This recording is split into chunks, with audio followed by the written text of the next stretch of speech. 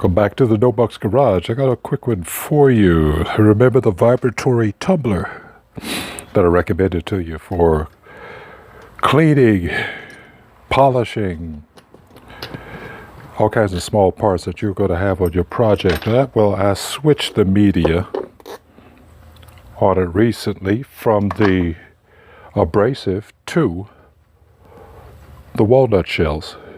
In this case, let's see. Get some nice proper lighting. And I put the chrome wheel nuts and washers from the Mustang 2 in here. And while I was working, let the polisher do its job. There you got some results. That's probably after about, I let it run for like an hour. Or actually more than that probably. But again, go back to the original photograph where I was just derusting. Derusting, is that a word? Anyway, using the abrasive bits. This time I needed something a little more gentle because I was just attempting to polish all of the lug nuts and the washers off the Mustang 2 instead of doing it the old school way. So I'm impressed, to say the least. I guess I'm easily impressed, right? Okay, but it works. And again, this is walnut shells. Now remember, people were using clay litter. There were some people to polish. And of course, depending on the material that you're putting in there, these of course being just steel, you would want to use certain polishes on aluminum and whatnot, and some people say the easier way to fish all of these parts out is to simply use a magnet. But I'm just reaching in with my hands on a fishing expedition. Wow, those look great. Now these are chrome plated. Some of them the chrome has come off, but it certainly beats the heck out of attempting to clean each one of these, or especially in our case,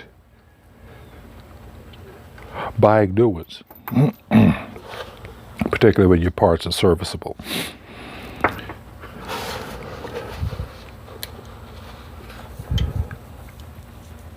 So simply putting these parts into the tumbler with nothing more than the walnut shell media,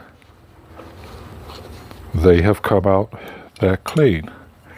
Now that steel bracket right there could probably stand a little bit more an aggressive abrasive, and I may put it back in there with that as well. In the initial video, I was using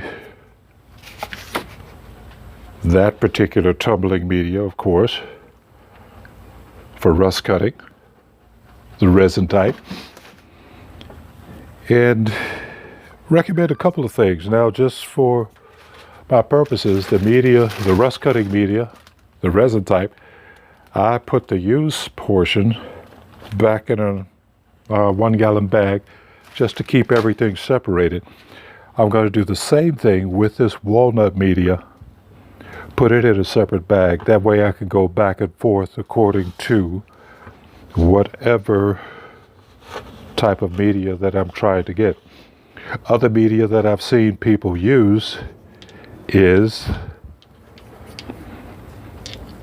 some of the coal slag that you can get from places like Tractor Supply or any place that sells it. I think Tractor Supply has the best price. I've got several bags of that I was going to use for some heavy cleanup on something outside. Nice, nice, nice. And one more thing to show you. When you're using the abrasive type media, depending on the diameter, now this is a 1/2 inch 20. stud, you can see that little green pyramid shaped piece of media gets stuck inside there. So if you're doing any type of tube, an opening that's just under a half an inch, your abrasive media, the resin type, the ones that are shaped like pyramids, are going to get caught up in there. Not impossible to get out, but tedious if you did like I did, put a bunch of them in there, and I didn't know it first. So the solution was simple. You know all that packaging you get? Just cut a piece of closed cell foam, stick it inside,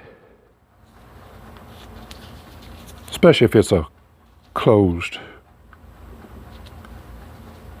article like that, or tube, because all you want to do is polish the outside, right? So put a piece of that closed cell foam in there, throw it in, and let it do its work. And that will keep anything from getting caught up in there. So this is quite successful. Very happy with it. Now I'm going to get another bag, put this media in. Oh, let me see if I can show one more thing. If you are purchasing this, several people on YouTube have said to make this tumbler, the way this thing works is the vibration of it causes the media to just literally roll over and carry everything else with it that's working as it is operating. You can go get these from the dollar stores or Harbor Freight or Northern Tool. This is a stack of funnels. I took the larger funnel, cut the tip of it off according to the height, right there.